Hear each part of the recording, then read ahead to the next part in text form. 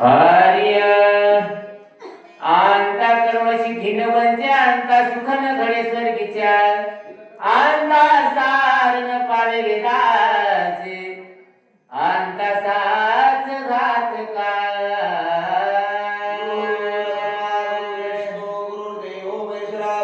साक्षात परब्रह्म तस्मै श्री गुरुवे नमः आत्मरूप गणेशु केली आसमना सकळ विधेयचे अधिकरण देती वंतु श्री चरण श्री गुरुचे नमस्कारो नियतात कथा प्रस्तुत असणार भावार्थ रामायण अखंड असल्यामुळे त्यामधील असणार की 46व्या अध्याय कांडातील आणि शक्ती प्रसंगातील 4थ्या प्रसंगातील गुरु सेवेला प्रारंभ सेवेच्या प्रारंभीत असणारा असे एक असा आहे हनुमंतराय असणार काय झाले अहंता त्रिसुती घात करतो अहंता काय करते हे लोकात सुख मिळत नाही अहंतेने परलोकातही सुख मिळत नाही म्हणून माणसाने अभिमान असणारा आणू नये आणि अभिमान आल्याच्या नंतर वाया गेल्याशिवाय राहत नाही अहंतेच्या वयात सांगू लागली आहे आता साधे साधे कार्य अहंतेने साधनात होया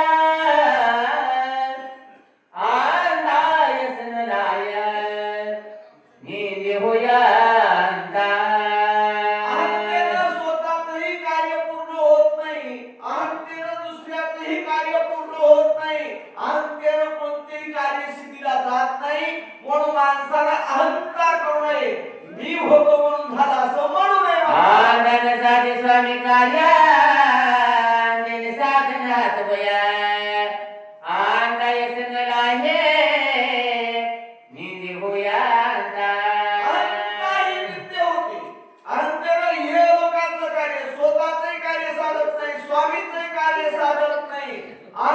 कोणतंही कार्य साध्य होत नाही असं म्हणू लागले नाही साधन सिद्ध्यांता नाही सत्वसुदे अंता त्रिसुते घातक कोणतंही कार्य सिद्धीला जात नाही कोणतंही कार्य साधत नाही अंत्येन काही प्राप्त होत नाही म्हणून अभिमान भला नाही बोला एक सुख नवे देखात वाग हे प्रापिका अंता भोगीचे नरका अंता घातक जगा झाल्या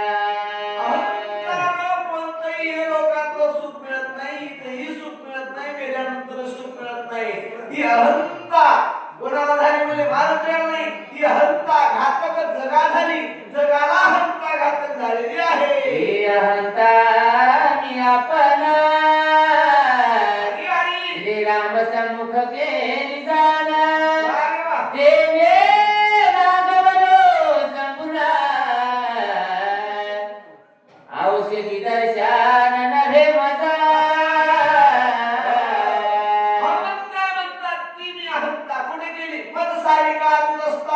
स्वामी एवढी कोण चिंता दुस्तर औषधी समजता क्षणार्धात आणतो दुसऱ्या अध्यायामध्ये म्हणून गेले मालूम आहे की रामा माझ्यासारखा दूत असताना तुम्हाला चिंता करायची काय गरज आहे मी दुर्घट कितीही दुर्घट असू द्या त्या क्षणार्धात औषधी आणतो आणि तुमचा भाऊ लक्ष्मण उठवतो म्हणलो पण ही माझ्या औषधी सापडणार मध्ये ती अहंता मी रामापाशी केली म्हणून मला औषधी निवडी दिली औषधी सापडत नाही मान हनुमान बाबरा हिने औषधी संभारा केली आणि कदवारा पाणी खाले मरकटा औषधी म्हणून जर असं काही बांधून दिलं जे काही आपल्याला औषध ते पाला सगळ्या वनस्पतीचा भागा बांधून दिलो तर ते कधी म्हणजे काय वाढ रे पाले खायली त्याला अकल नाही का तर असणारा म्हणजे त्याला एवढं औषधी आणा वाटलं काय घेऊन खतवार घेऊन आलं बोला काय विचार करू आता उपवन वनस्पती समजा बारा बांधणी आणि उपासता होईला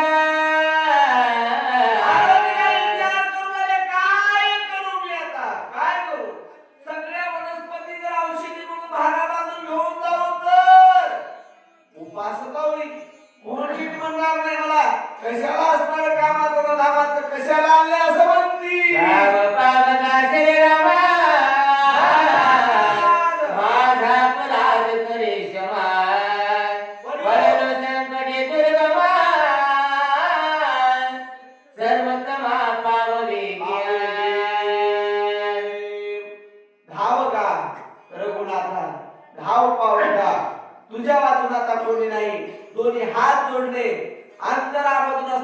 कोणी होतं का हो? कोणी नव्हतं. मारुतीला द्रोणागिरी पर्वतावर पोहोचलेले आहेत.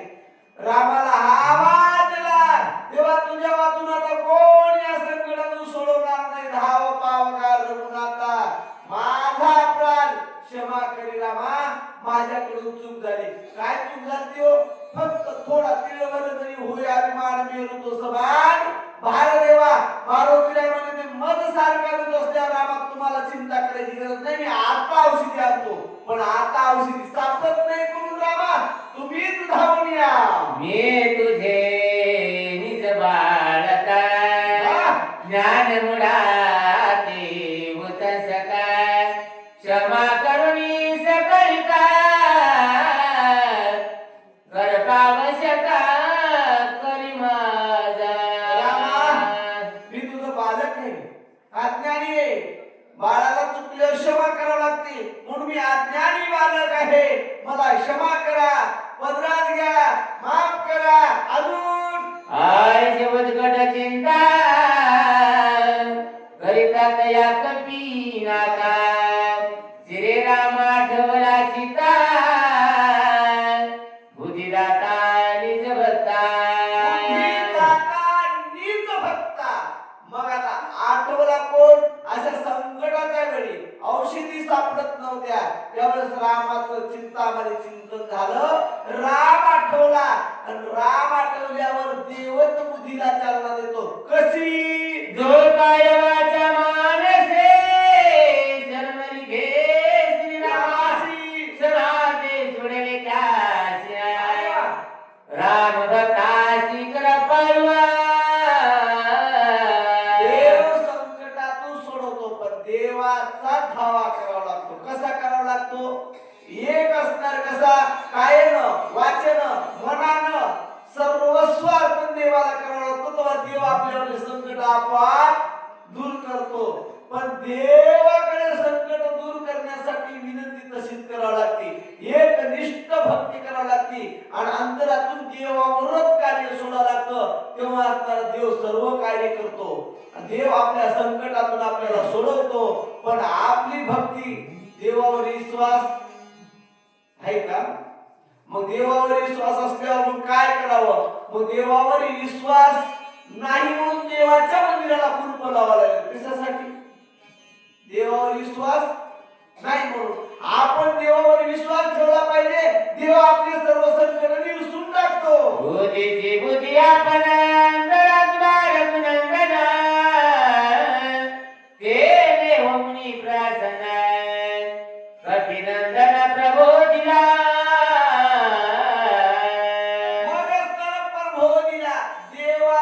देव कोण आहे? बुद्धीला चालना देणारा ब्रह्मदेव आहे. आणि ब्रह्मदेवाचा पिता विष्णू भगवान आहे. त्या विष्णू भगवंताने हृदयात स्फुरण नावाची देवता विष्णू भगवंताचं कार्य करते नारायण. चिंताची देवता नारायण आहे आणि बुद्धीची देवता ब्रह्मदेव आहे. चिंतामध्ये आठवला आणि बुद्धीला चालना मिळाली.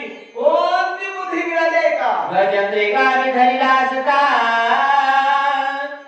संकटी स्मरणा भगवंता काकुला दिवडी जत्वरता घालून तत्वता उतरिला. ज्यावेळेस गजेंद्राने देवाला धावा केला, गजेंद्राने धावा कसा केला? सुंदर कथा भागल्या त्यामध्ये होऊन गेले. गजेंद्र आख्यान सर्वांनी ऐकले 12-13 अध्याय. तर त्यामध्ये असणार गजेंद्राचं व्याख्यान आहे. गजेंद्र असणार कुठे त्या वनामध्ये असणार पाणी प्याला तळ्याला गेला. त्याचा शत्रू असणार त्या तळ्यात राहत होता आणि तळ्यामध्ये गजेंद्र गेल्याबरोबर असणार त्याच्या पायाला मगरीनं धरलं. धरल्याबरोबर किती 1000 वर्षी युद्ध चाललं तळ्यामध्ये. 1000 वर्षी युद्ध चालल्यावर असणारे त्याचे बायका पोरं जे संघ होते ना, ते सगळे पाणी पिऊन मोकळे झाले. आणि आता ते सगळे असणारे गजेंद्राच्या बायका म्हणाले, बापू आता चला आपापल्या घरला. म्हातारे कामातून मी गेले रे, काय झालं याच्या नादी लागलं, आपल्याला पाण्यात मरावं लागल. त्याचा धावा सोडून दिला. ज्यावेळेस गजेंद्राने मागे फिरून बघितलं, आपले नाते गोते सगळे असताना कुठे गेले? नाक ते गो ते हे नाहीतच आपले. हे गोत्यात आणतात, कोणी गोत्यातले आपले नाते गोते कोणी कोणाचे नाही. त्यामुळे गजेंद्राने विचार केला, नाही कोणाचे कोणी, तुझे नव्हे रे कोणी. असा गजेंद्राने विचार केला. आता आपल्याला कोण सोडवणार आहे? एका चक्रपाणी वाचोनिया. आता कोणी सोडविणार नाही. म्हणून देवाचा दावा केला. गजेंद्राला किती देवाच्या ओळखी होत्या? कोण्या देवाचं नाव माहित होतं? त्याने एकच विचार केला, या सृष्टीचा करता हरता जो कोणी आहे त्या देवाला कमळाचं फुल एक पाहिलं, एक फुल वरी फेकलं सोटी धरून, आणि त्या उड्यात भावाने तो देव असताना, वरी जेवत असताना तो खाली आला. किती वेळात आला? लक्ष्मी म्हणली, देवा नीट जेवा. ते म्हणला, नाही, हा लक्ष्मीपाशी आणि ती गजेंद्रापाशी. एवढ्या वेळामध्ये देवाला गरुडाचा सुद्धा वेग कमी पडला. मग देवा त्या गजेंद्राचं नाव एकदा घेतलं होतं. आमचं सोडून द्या, मारुती नाही म्हणतात, मी तर अखंड असणार तुझं भजन करतो देवा, आणि तुझ्याच कार्यासाठी बोला. हनुमान अखंड नामधारका,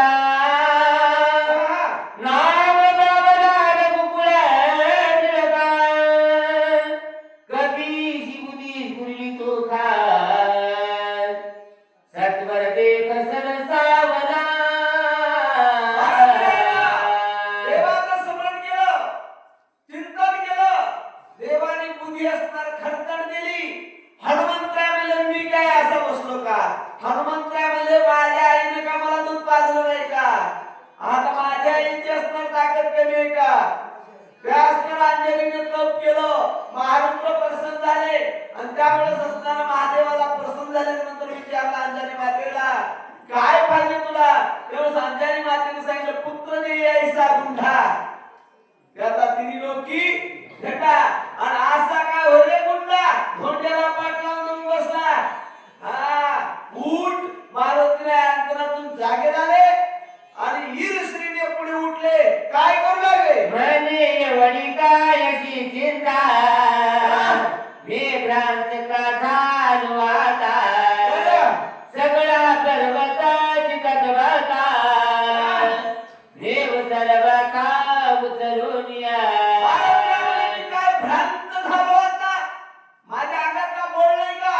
हे सगळा पर्वतच उचलून नेऊ म्हणले. आपलं काम काय म्हणजे? औषधी नेऊन पावती करायचं. पर्वतावर औषधी येतात, मग पर्वतच घेऊन जाऊ. औषधी ओळखण्याचं काम सुशर वैद्याचं, ते औषधी देतील. वैद्यराज ते ओळखीला औषधी ते,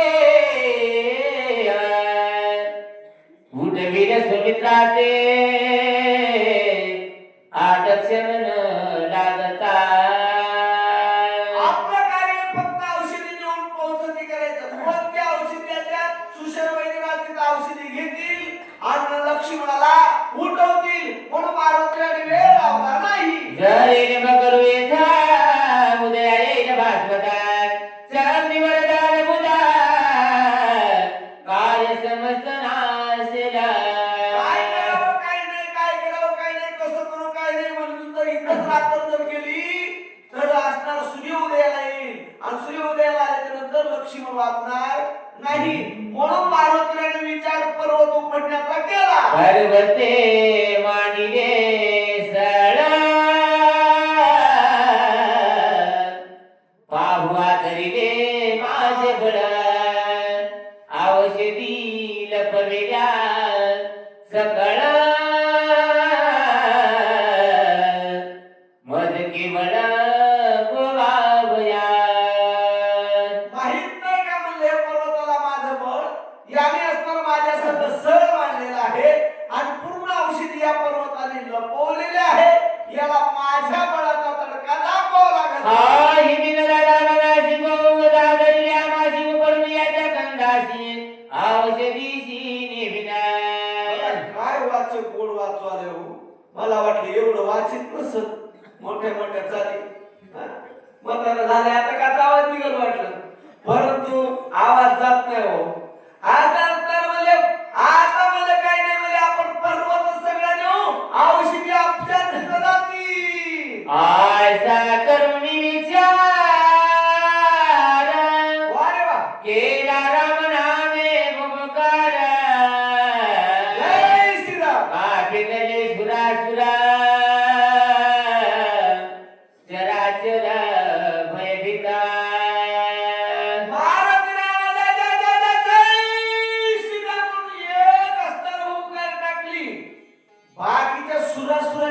रानकाळ्या बसल्या अशी मारुतीने आरोळी टाकली आणि पर्वताच्या बुडाला हा कोच बुडाळीले बुडठाते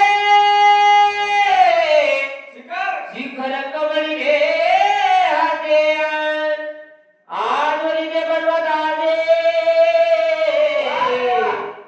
भूत्या कांते कलकलत्या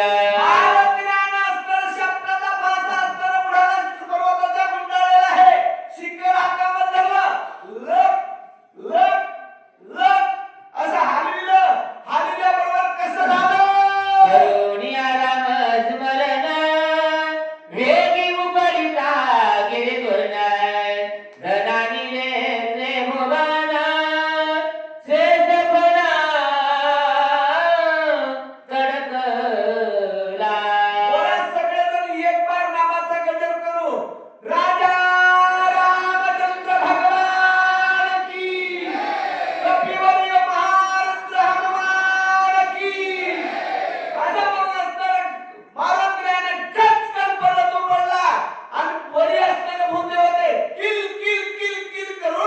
धनानीले बादाला बळीले लोकपाळा वानदेवता खळबळा केला करुळा सकाळी किया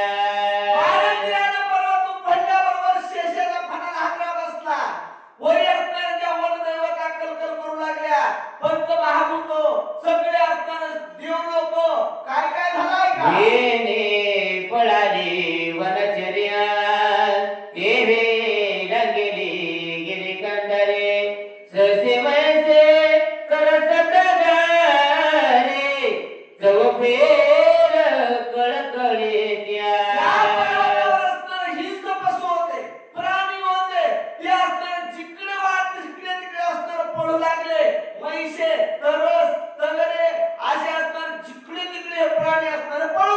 आडास मदगाचे आरडते अगराचे सिंहनाद सिंहाचे तेने दचके यमलोका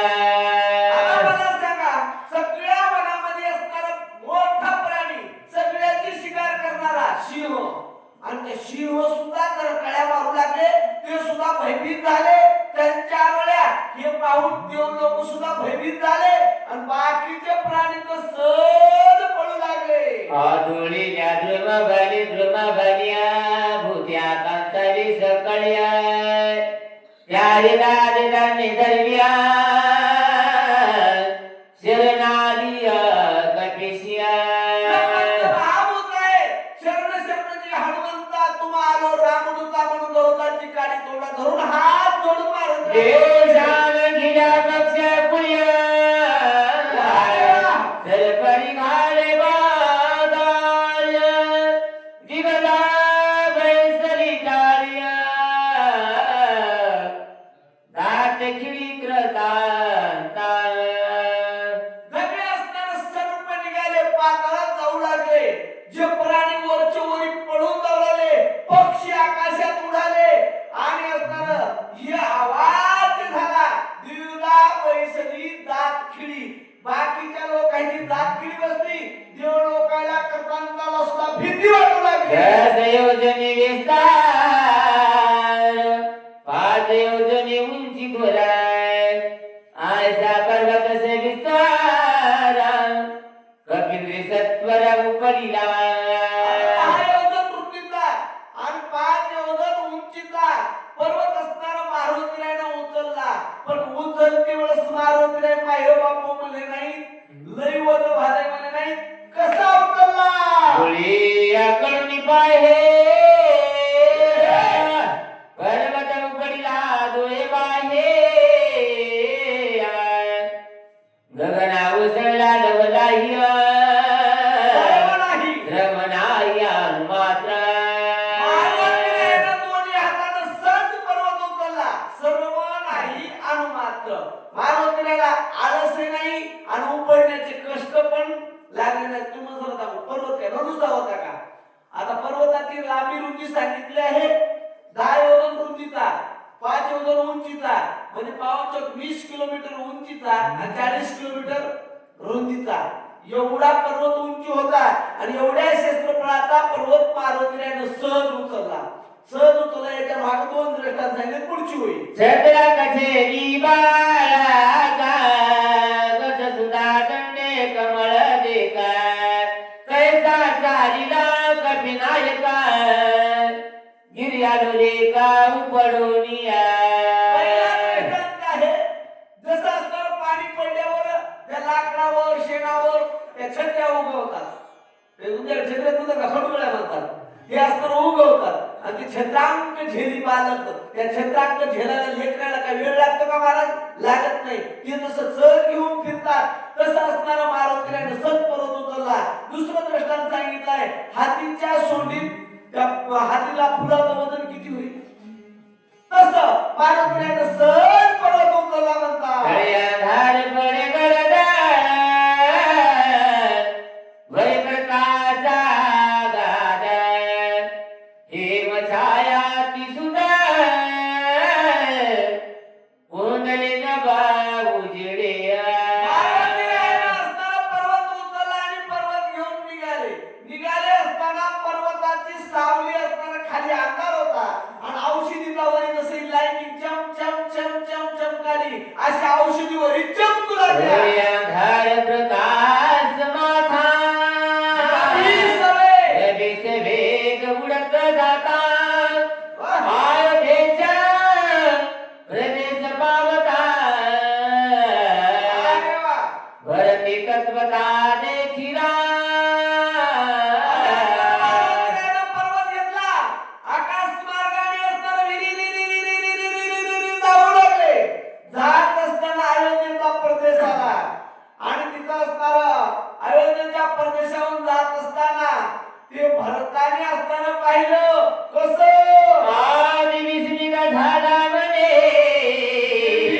बिघडता तरी असणार जनिया काय दादा हे गगने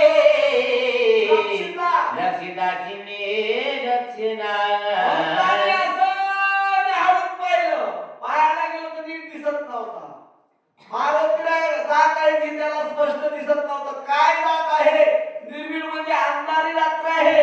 अंधाऱ्या रात्रामध्ये आणि वेळ किती आहे? मध्यरात्री. हा कोण जात असेल? इंद्र वैसला इमानी नक्की सेवे अप्सरा घेऊनी माहिती आहे तुम्हाला? किरणा करताय गगने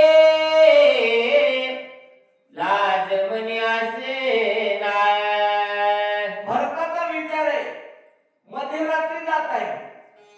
मध्यरात्री जात आहे. गुणानं जायला चाललाय. वाद्य लावून चाललाय. नक्की आणि इमानामध्ये अप्सरा घेतलेल्या असाव्या आणि वाद्य लावून हा उन्मत्त झालेला इंद्रच असला पाहिजे. अंगत्राने वाद सुटला तेने औषधी नाद उठला धवनी विचित्र म्हटला हे ऐकला. हो ऐकिला भरता. परिणाम कशामुळे अनुमान प्रमाण काढलेलं भरताना. वाद्य कोणतं आहे? वाद्य काय आहे ते ऐकू येत नव्हतं. कसा आवाज त्याचा स्वर कळत नव्हता. तो असताना झाडाच्या फांद्या पर्वत वाऱ्याच्या वेगाने फटाफट एकमेकाला लागून आवाज येऊ लागलाय. विचित्र ध्वनी ऐकायला येऊ लागला. त्या औषधावर असणाऱ्या पर्वत औषधी होत्या त्याचा सुगंध येऊ लागला. अजून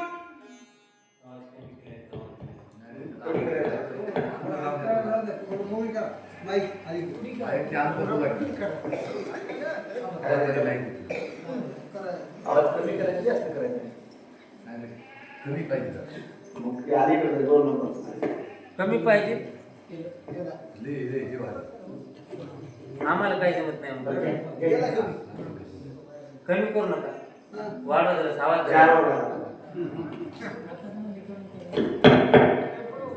हरी बस बस हरी मने केवढा हा उदत वादला कुणी आदत अप्सरा सैमानात सैरागी सरता काशिया. वाद्य लावलेला आहे. केवढा उन्मत्त झालेला आहे. अप्सरा सवयी माळा घेतलेला आहे. मध्यरात्री वितरत आहे. अजून याला काय देवे घेऊन वारांगणाय मानली गणी गगनाय हा? गुलांगोनी साज सजनाय कर्यातन उन्मता याने असताना वारांना सोबत घेतलेला आहे इमान चालू केलेलं आहे इमानामध्ये वाद्य लावलेलं आहे आणि वाद्य लावून कुठून श्री सगळी रात झाला मध्ये काशानी मातलाय जो धन लोभे भुलला त्याचा गेला विवेका या वहीमध्ये सांगितले 3 लोकांची बुद्धी भ्रष्ट होती धन मध्ये प्राशिनी मातला धन लोभे भरला आणि स्त्री मध्ये मातला या 3 गुणातल्या लोकांची बुद्धी भ्रष्ट होती आणि याला काही कुठं काय कळालंय कुठं संतात आश्रम याला कुठं काही कळत नाही येशा गमनी चिरता ते सर्वदा ती उन्मता नाट विस्वार्थ परमार्था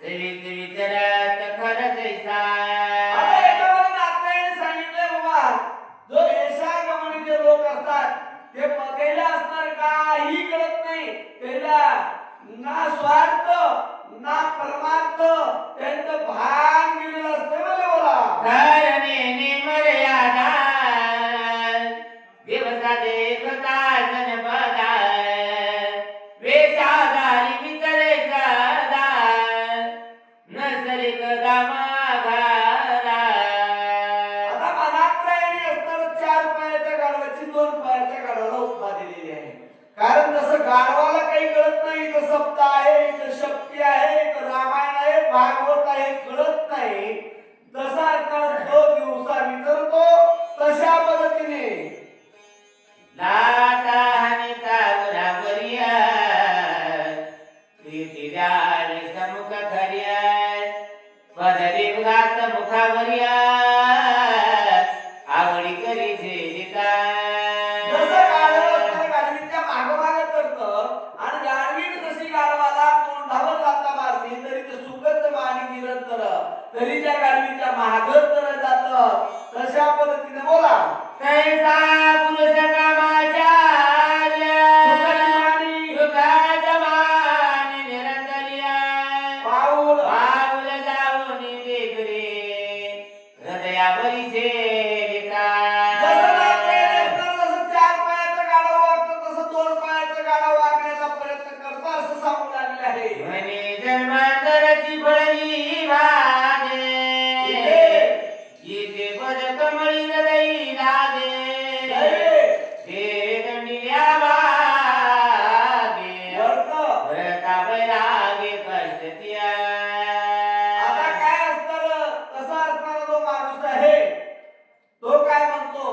पायातली चप्पल खाण्यात सुद्धा काय लागतं पुण्य लागते म्हणतो भाग्य लागते म्हणतो ते म्हणले बाबाराव महाराज तुमच्यासारख्याला याच्यातलं काही कळणार नाही तुम्ही व्रत वैराग्य तुम्हाला याच्यातला आनंद कळणार नाही तुम्ही तिकडच रामायण सांगा पोथ्या सांगा भागवत कथा करा रामायण करा कीर्तन करा तुम्हाला असणार तिकडचं काय सुख नाही मला बोला रे कामाची आई शिरती आहे कमाद व्याज देते वेचुन्या पदराची संपत्ती आहे सई होते जगविंद्या आता ही स्त्री कामाची अशी स्थिती सांगितली तोही जर असणार ह्या गुणातला सुधरत नाही तोही मध्ये उन्मत होतो आता दुसऱ्या असताना सांगितले बाबा मध्ये उन्मताची कशी कथा आहे ऐका मध्ये जे निद्रे एक भोग जोडे सकाम कर्म स्वर्गात उड्या निष्काम तरी डोळ्याकडे इष्टी रोकडे मोक्ष सुखा बघा याच्यामध्ये काय सांगितले बाबा पैशाशिवाय काय होते का बाकी सगळे नाटक करता येतात पण पैशाचं सोंग करता येत नाही मग पैशाने काय करता येतं पैशाने असा दिव्य भव्य लक्ष्मण शक्ती कार्यक्रम करता येतो मोठा सभामंडप बांधता येतो मंदिर बांधता येतात चारोधाम सप्तपुया 12 ज्योतिर्लिंगे हे कोणामुळे होते पैशामुळेच हो पैशाने तीर्थयात्रा होतात दान धर्म पैशाने होतो याने काय मिळते मोक्ष सुख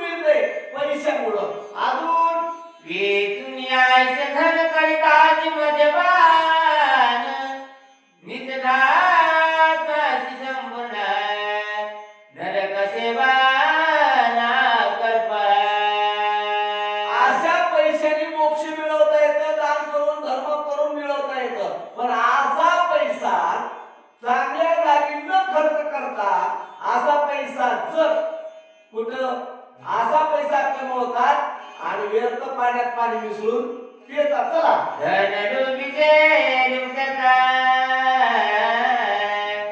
स्वप्नीन देखती सुखा धर्मदा बारा देखा भोगिती नरका आता मला इथं असताना एवढं 40 वर्ष झालं रामायण तर या गावात कधी दारू पेत नाही. त्याचा विषय जास्त सांगायचा गरज नाही. पेत असलं तरी लोक जागे नाही. मग त्याच्यामुळे आम्हाला सांगायची काही गरज नाही. म्हणजे आता 24 माणसाचा विषय आता कसं म्हणले ऐका. हरणांत सटे घेता दुकान मिळे सर्व काय सदा बेसायास करता आळस आळसची ताव उपजेना आळसाची पाव बजेना. आता मरणांत झट घेता रुखान मिळे सर्वता. अशी माणसं ज्याला रुपया कसा मोडून जीवाला येते रडू अशी 24 माणसं म्हणजे. आणि त्याला असताना मरणांत झट घेता रुखान मिळे सर्वता. कोणाला रुपया दान सुटत नाही आणि कोणाला चहा बी भेटत नाही. बघा आयशा आयशा कष्टी मिळे देवा देवी उपाय नियत शरीरी कष्ट मिळे जिने फळे निज मोक्षा जास्त शरीराला योग्य ठिकाणी पैसा आणि योग्य ठिकाणी शरीराचा उपयोग केला ना त्याला मोक्ष मिळतो म्हणले. पैशाचा योग्य उपयोग आणि शरीराचा योग्य उपयोग केला की त्याला मोक्ष मिळतो. पैशाने काय करता येतं. पैशाने तीर्थयात्रा करता येतात आणि पैशाने तीर्थयात्रा करून शरीराने त्या तीर्थयात्रेच्या जागी जाता येतं आणि तिथं शरीर गेल्याच्या नंतर देवापुढे नतमस्तक होतं मोक्ष मिळतो. पण असं शरीर असा पैसा तिथं न खर्च करता कुठं जेने भोगी जय भोगा भोगीचे जेने भोगी जय स्वर्ग भोगा जेने साधे वायुगा जीव शिवाय भाग तेथेला जेतेला आहे. जीव शिव विभाग जेतेला आहे. ज्याने वैकुंठ प्राप्त करता येतं ज्याने स्वर्गाला जाता येतं असं शरीरानं पुण्य कमवता येतं आणि पुण्याने स्वर्ग मिळतो. पुण्याने सर्व काही आपल्याला मोक्ष मिळतो आणि पैसा चांगल्या जागी खर्च केल्यामुळे त्याचं सत्कार्य घडतं आणि स्वर्गात आनंदाने राहता येतं. अजून येवडी प्राण्यांची राते ते कष्टी धनाधनाते विकराची कोण पुसे दुखी समजते संगतीच्या एवढे प्राप्तीचे दाते या देहाने देव होऊ म्हणती ते देवाची होती. आता प्राप्तीचे दाते म्हणजे काय. या देहाने भजन करता येतं. याच मानव देहाला आल्याच्या नंतर देव कळतं आणि देव कळाल्यावर देव होता येतं. पण एवढे प्राप्तीचे दाते आता एवढे प्राप्तीचे दाते म्हणजे कोण. आपण या जन्मात आल्यावर आपण देवाचं भजन करू शकतो. मानव देह सोडून दुसऱ्या जन्मात आपल्याला देवाचं भजन करता येत नाही. आणि मग हे आलेलं जे असणार मनुष्य देहाला येऊन आपण जर भजन केलं तर सार्थक आहे. देहाचं सार्थक आहे. आणि या देहाला येऊन जर भजन न करता व्यर्थ जर आपण फिरलो व्यर्थ जर पैसा खर्च केला तर आपल्या देहाला काही देहाला येऊन काही उपयोग नाही. किती वेळा जन्म यावे आणि किती व्हावे भजित. मग अजून काय बोलणार आहे का. धर्माने नती काया पर्वताला ठाबुकानाले स्वाराचे सबबनाले निरास पावी सदा पितारा. यावेळी मध्ये नाथराजांनी 2 दृष्टांत दिले. तीर्थयात्रेला तर जातच नाही. पर्व काळ तर कळतच नाही. आता किती पर्व काळ कळत नाही. आता कोणता पर्व काळ आहे. महाशिवरात्रीचा महिना आहे आणि आजपासून आता उद्यापासून काही लोक 11 दिवसाचे पारणे करतात. 11 दिवसाचे शिवभक्त जे आहेत ना ते 11 दिवसाचे पारणे धरतात आणि ह्या पर्व काळामध्ये काय पर्व काळ आहे बघा ना, लक्ष्मण शक्ती त्यात ऐकायची रात्रभर, किती पर्व काळ मोठा आहे. आणि या पर्व काळ ठाऊका नाही, कोणाला तीर्थयात्रा करत नाही, देवा धर्माला जात नाही आणि दुसऱ्याचं सोडून द्या, सणवार धन करून खात नाही. बर सणवार खात नाही पण आई वडिलाचे पित्र पण घालत नाही. दर्शन देऊन सांगायचे काय वागू द्यायचे, बरं वागू द्या म्हणायचं चला आई बापा सुद्धा जीव जे जनाचा येत भया ते प्राणाची जाऊ माया सणावारासी नेने सोया हाती ते काय करीला. आता हे महाराज असं असणार चंबूस, इतकं चंबूस आमचं वाचक लय चंबूस आहे. आईला असणार पाडवा आला ते गुड्या लावा लागतात, म्हणजे इतर बघून ध्यान आलं बरं काय, गुड्या लावा लागतात. गुड्या लावायच्या आदेशी भांडण सुरू करते, म्हणजे सण करायची गरज नाही, कोणाला जेव्हा बोलवायची गरज. आता शिवरातला कार्यक्रम राहते बघा, त्या उगच कार्यकर्ते सगळं भांडण करते आणि निघून गावात जाते का, वाचक सुचक सगळे ओळखीचे गावात येतात. मग कार्यक्रमाला आलो जाताना चलत आम्हाला नारळ द्या म्हणतात. तिला नारळ देणं नको, घरला नेऊन चहा पाहिजे नको, कुठे जाऊन झोपते आखाड्या मोबाईल बंद करून. एवढं चौकस वागू नये माणसानं, पण यायचं सांगायचं दुसरी आहे सांगायला काय त्या जोडली संपत्या तिथे ठेवित्या निघुत्या तोडी दगडमाती घालित्या आपण मरती गुळी खाता. आपण वरती धुळी खात. आता मला यायचं सांगायचं जाताना गाडी द्यायची नाही, इकडे ते सोडून मला मध्ये हे पाहायला उद्या सकाळी. आता हे असणार असेच असणार चमू माणसं रुपयाला जोडून असणार. पहिले पुरून ठीक होते, पण पुरून ठेवीत असताना त्याच्या तोंडात माती, ओठीत माती, पैशावर माती आणि याच्या काय लागलं हाती हे जाते एका दिवशी अटॅकचा झटका येऊन मरून मग बसते धनावर भूत होऊन आणि ते भूत होऊन लई दिवस बसून कटाळ्यावर पुन्हा येते घुस होऊन आणि मग ते गटोडं चापळाय बघते. मग मला सांगा, पुरून ठेवलं तरी धनावर माती, तोंडात माती, नाकात माती, ओठीत माती, पुरून ठेवल्यावर काय लागलं आपल्या हाती, काही लागणार नाही. म्हणून या जन्माला आल्यावर जेवढं लागते तेवढं कमवावं आणि जेवढं कमी तेवढं आपण खर्चावं. मागे ठेवून कोणी कोणाला विचारणार, हे सगळे लोक जे आहेत ना, अनुभव घेऊन सांगतो, जोपर्यंत आपल्या खिशात आहे ना तोपर्यंत आपले सगळे आहेत. जोपर्यंत चांगला धंदा चालतोय तर बहीण म्हणती दादा, बाकीचे म्हणतात परशा परसू परसराम, पैशामुळे 3 नाम, जास्त पैसे आले की परशुराम, दुमार जरा मध्यम झाला की परशु, असे 3 नाव त्या एका पैशामुळे. बघा, पैशामुळे माणसाला मान आहे आणि पैशामुळे माणसाला किंमत आहे. पैसाही कमवावा लागतो, संसार पैशाशी चालत नाही, पण लई अति कमवून काही दुसरी कोणी आपलं काही करणार नाही. आपल्याला लागेल तेवढं कमवावं, जास्त हाव करू नाही. आणि आपण जास्त कमवून ठेवलं की समजायचं आपलं पुढचं काही खरं नाही. म्हणून कोणी किती कमवू द्या, काही सगळं येणार नाही. महाराष्ट्राचे उपमुख्यमंत्री सतत किती वेळेस 6 वेळेस उपमुख्यमंत्री राहिले, क्षणात माती झाली. कोण आहे त्याचा सुद्धा अजून पत्ता लागला नाही. तोच आहे का दुसऱ्याला जाणं याचा पत्ता नाही. म्हणून माणसानं जास्त आपल्यासारख्याचा हाव सोडून द्यावं. त्या मुख्यमंत्र्यासारख्याची माती झाली, आपल्यासारख्याचं काय होणार आहे. म्हणून जास्त कमवून ठेवण्याची आशा करू नये असं नागराय सांगू लागला. आय शिवे करे काची जाग्या त्या पदाचे नेत्या विहीरे कथचे ते निळत्या ते दुःख किती सांगाव्या. आय शिवे एकाची जाती असे 3 गुण आहेत, रज सत्व आणि तामस.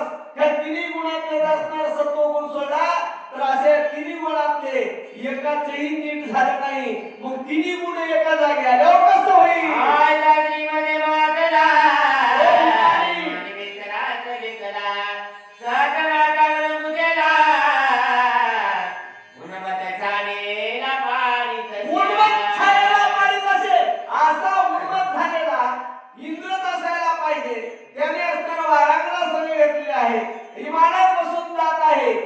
सज्जनाचा अवमान केलेला आहे. म्हणजे संतांच्या आश्रमावर आमच्या अयोध्या परदेशावर ही दुष्ट सावली मारतो. दुष्टाची सावली सुद्धा नको म्हणतात. आम्ही सूर्यवंशी राजे निमाया का आकाशव धर्माची वेगा वतरासला वनशिका विचाराली का आशिना. बघा की किती म्हातारं झालं तरी कसं इंग्यावर पोती लोकाला माईक महाग घालवावं लागाले. एवढा स्वर कुठं. आता बघा की आता हे असं असणार म्हणजे काय करावं लागते म्हणजे ऐका. म्हणून राम नामांकित बाणा धर्मविदाची दारुण सापी सचिला पाना दृष्टदळना करामया. भरत म्हणतात, दुष्टाला शिक्षा करणं आमचं कार्य काय. धर्मरक्षण. धर्मरक्षण म्हणजे काय. गोब्राह्मणाचं पालन करणे, दुष्टाला दंड देणे, सज्जनाचा प्रतिपाळ करणे हा आमचं कुळाचं कर्तव्य आहे. म्हणून धनुष्याला बाण लावला आहे आणि बाणाला